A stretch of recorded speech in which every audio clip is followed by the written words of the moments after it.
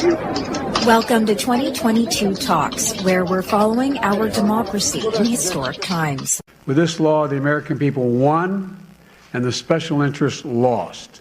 President Biden has signed the Inflation Reduction Act into law, which aims to address high inflation, increase some corporate taxes, allows Medicare to negotiate prescription drug costs, and focuses on climate change. Polls have closed in Alaska, where voters will decide whether to send former governor and Republican vice presidential nominee Sarah Palin to Congress. Palin is among 3 candidates in a special election for Alaska's sole U.S. House seat. Palin's opponent, Nick Begich, campaigned Tuesday in Wasilla, Palin's hometown. This isn't Celebrity Apprentice. This is a very serious election. It requires serious thought, with serious representation, and someone who's focused on the state of Alaska. In Wyoming, pro-Trump primary challenger Harriet Hageman is poised to unseat Republican Representative Liz Cheney, one of 2 Republicans on the House January 6 committee. Cheney spoke after casting her vote in Jackson. As a country, we're facing very challenging and difficult times. We're facing a moment where our democracy really is under attack and under threat.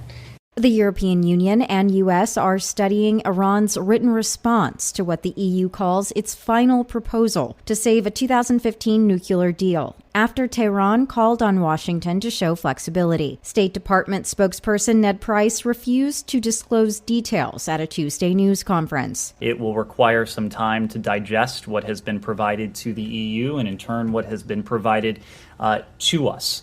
South Carolina Republican Senator Lindsey Graham is calling for the release of the FBI affidavit used to justify a search of former President Donald Trump's home. Meanwhile, a federal judge denied a bid by the senator to quash a subpoena ordering him to testify before a grand jury about phone calls he made to Georgia's Republican Secretary of State Brad Raffensperger after the 2020 election, allegedly hinting he should throw away ballots from areas where Joe Biden likely received more votes.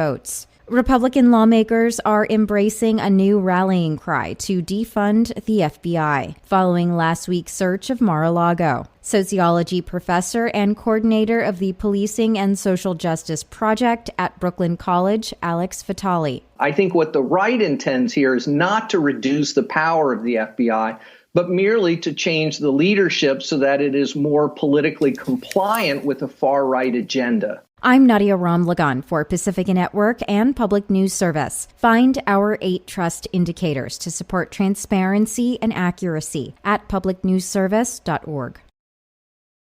Hi, I'm Jennifer Mooney. Welcome to what is our new Hope Interrupted podcast based on the work from our book, Hope Interrupted, that I co-authored with my good friend Byron McCauley.